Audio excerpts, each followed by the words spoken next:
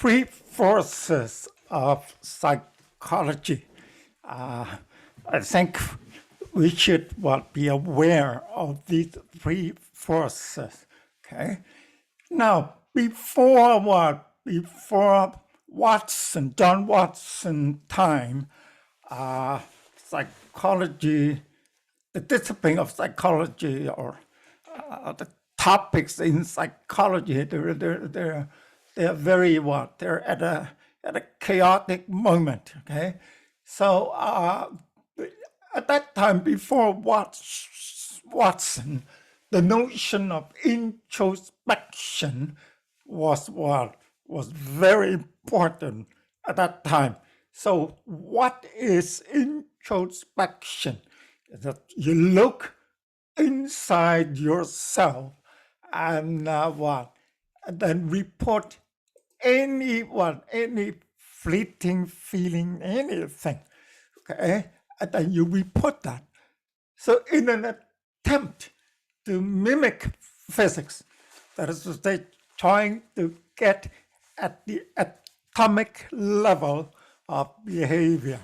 Well, but then here you report a fleeting feeling, or you report an emotion, and then they assign a name to it.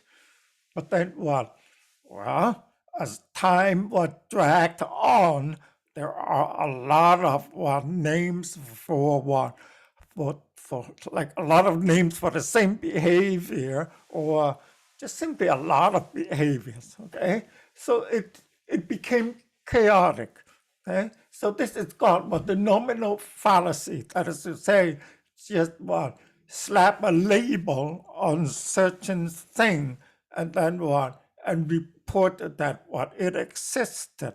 So it was chaotic. Okay, say Titchener at that time, he was the voice of psychology. But then you probably have read him in first year psychology.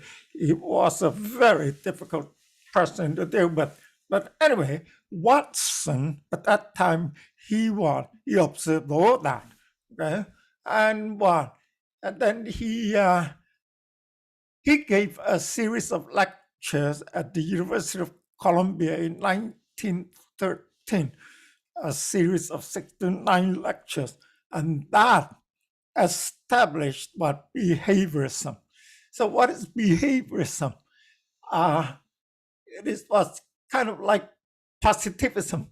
Okay, that Watson was suggested that was psychology should only look at observable, should look at and study observable behavior.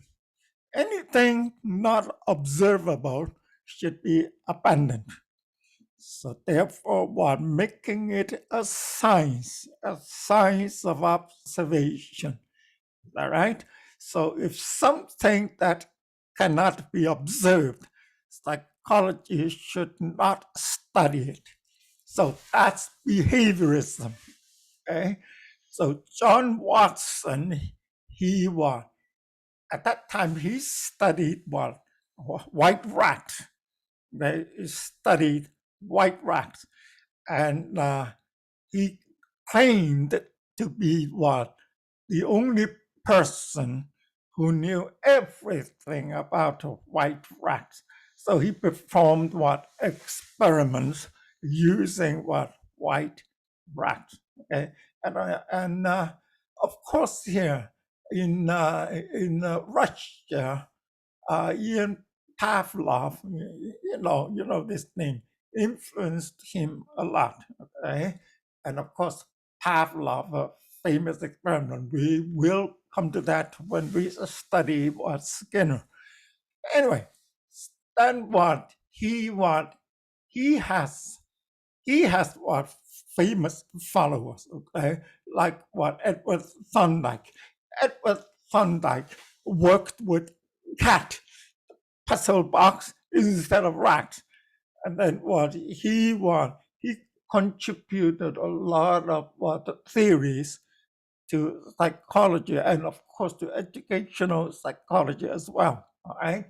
Uh, say, say he was a forerunner before Skinner. But anyway, Skinner came along, Skinner at Harvard University. But anyway, Skinner at first wanted to be what? To be a writer, to write novels. But then, of course, not very successful. But then later on, after he became known at Harvard, he wrote what? Several novels, right? I think that one called The Warden, right? And he presented a utopian society, okay, through stimulus, response, and reinforcement. But then, of course, lots of control. He, Skinner, built the air, it's called the air crypt for his daughter, Deborah. So Deborah actually grew up inside the air crypt. But anyway, I believe you must have read about this in your first year text. So Skinner came along, and then of course he studied Recht, and then he published many papers. He established a lot of theories, say stimulus response, especially reinforcement, and then he presented his schedules of reinforcement. Okay? 4 of them we will study later on.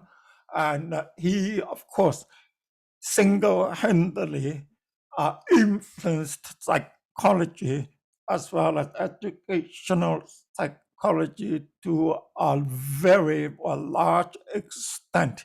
So he's a big name. Okay? He taught at Harvard for many years, and he generated he generated lots of studies, thousands of studies. There are several journals dedicated only to Skinnerian research methodologies, Skinnerian research, that type of thing. Okay, lots of studies. All right, so that's behaviorism. Okay, it only studies observable behavior. All right, now for Skinner, he mentioned we cannot observe emotion, therefore it does not exist. Okay, Tolman mentioned there is something called a cognitive map. Okay, Skinner denied it. There's no such thing because you cannot observe it. You cannot observe it. So Skinner, if you read more of his publications, you realize that he cut theory to the bare bones. He said, we only study observable behavior. There is no emotion. You don't talk about mood in front of him, that type of thing, right? So this is behaviorism. Psychoanalysis, Sigmund Freud, the 30-year-old man, because all these theories are concerned with only one thing, sex. You like his theories? Bizarre, I'm telling you, his theory, the psychosocial development, it is everything about sex. Our development is propelled by the sex energy, libido, okay? Sex energy. Of course, there is another one, destruction, thanatos, okay? That's the destructive force, okay? We are in us, all right? Now, so Sigmund Freud came along and informed us that behavior, it is like an iceberg. Observable behavior is like an iceberg in the ocean that we see. But then we only see 10% of it. 90% of an iceberg lies underneath water. And it was this underneath water that sunk the Titanic. And remember the Titanic hit a huge iceberg and sank. All right.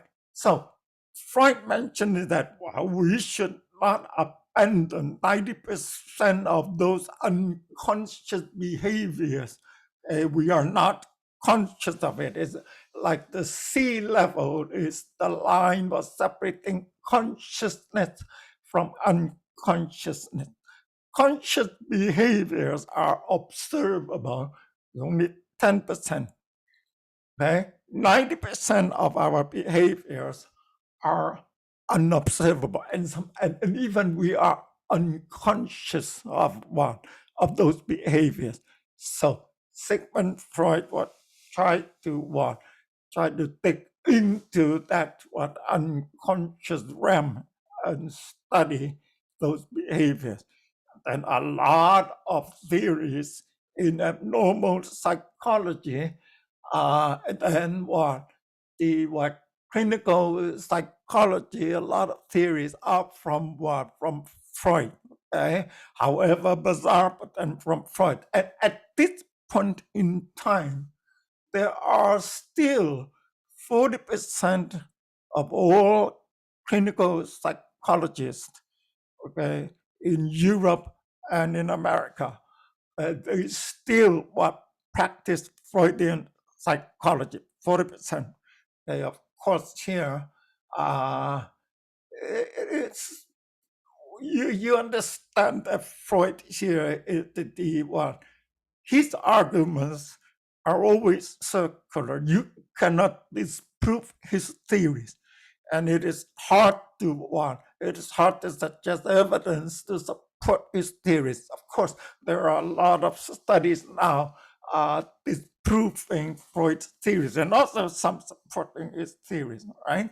But anything concerning sex, human are very fond of it. Is that right? So behaviorism, observable behaviors. Psychoanalysis, Sigmund Freud psychoanalysis studies what unconscious behaviors, right? Then humanistic psychology, okay, it was well established in the 50s. So Maslow published a very famous paper in 1953. You probably will see it in my course outline. Starting from the 50s, the late 40s, the 50s, they Carl Rogers and Abraham Maslow, they began to have a strong influence in psychology. So what is it here? Most of the time, psychology studies the dark side of human behaviors, right? The dark side of human behavior. But then humanistic psychology comes along with that in order for us to understand what human behaviors, we have also to look at the other side of it, that is the brighter sides of human behaviors, right? It's like motivation, it's like kindness, love, right? Balance, that type of thing. So Carl Rogers, a famous clinical psychologist. Okay? At first, he wanted to become a preacher, a Protestant preacher. But then he gave up. Okay, so he became a very one of the in psychology. Carl Rogers is considered to be one of the most loving, caring clinical psychologists ever. Okay, so he talked about unconditional positive regards, unconditional love. And he proposed interpersonal learning. We will come to this. Okay, we will come to this. And then what? He was all along. He was very humble. And then what? One famous act reported of him was that what he wanted uh, his patient to trade places with him. Say the patient becomes the clinical psychologist, Carl Rogers became the patient, that type of thing. So that what? So that trading places to let the patient realize what the clinician's perspective. Okay, and he showed what unconditional positive regard to all his patients, all his students. Okay, so he's a very kind man. Abraham Maslow, he was his father escaped Russia and then settled down in New York. Okay? Abraham Maslow was a Jew. And at that time, when he was growing up, when he was just a teenager, the anti-Semitism was very strong in New York. He wanted he loved the reading, so very often he went to the local library. But then those I think you must have seen some movies about the gangs of New York. I think DiCaprio or has a movie. Anyway, those gang members, they hated Jews. So they gave Maslow very difficult time when he was on his way to the library. So Maslow decided, no. So he found another route to the library through the woods and something like that. Okay? Anyway, he finished all the books in the children's section. And then he asked the chief librarian, can you give me a pass to the adult section? I have read every book in the children's section. The chief librarian, of course, didn't believe him. He said, are you lying, son? And he said, okay, try me. So the chief librarian tried Maslow and was amazed to find out, indeed, he read all the books in the children's section. And so Maslow was given a pass to have access to the adult section of the library. So he read a lot, okay, a lot. So therefore and he became and because he was a Jew, he wasn't not a lot of professors at that time would pick him as a PhD student. And it was Harlow, the monkey guy, okay, the guy who was famous in doing research using monkeys. Right? Harlow took him in. So he was under the wing of Harlow and he finished his PhD. But then he explored his own theory about motivation. Remember the hierarchy of needs. We will come to that. Okay, hierarchy of needs, 7 levels. Okay, right, 7 levels. Well, nowadays, okay, 7 levels used to be 5. Anyway, not only was psychologists are using Maslow's model at this point in time, okay, 2022, major Fortune 500 companies, a lot of them are actually using what Maslow's one model, all right? So what? So he is what famous, okay, despite the fact that he died quite a long time ago. All right. So humanistic psychology, the center point is one, of course, to be kind, like here, unconditional positive regard. Here, human striving. You strive from inferiority to superiority, like what Atlas said, right? And what? And then the central point also here is that what?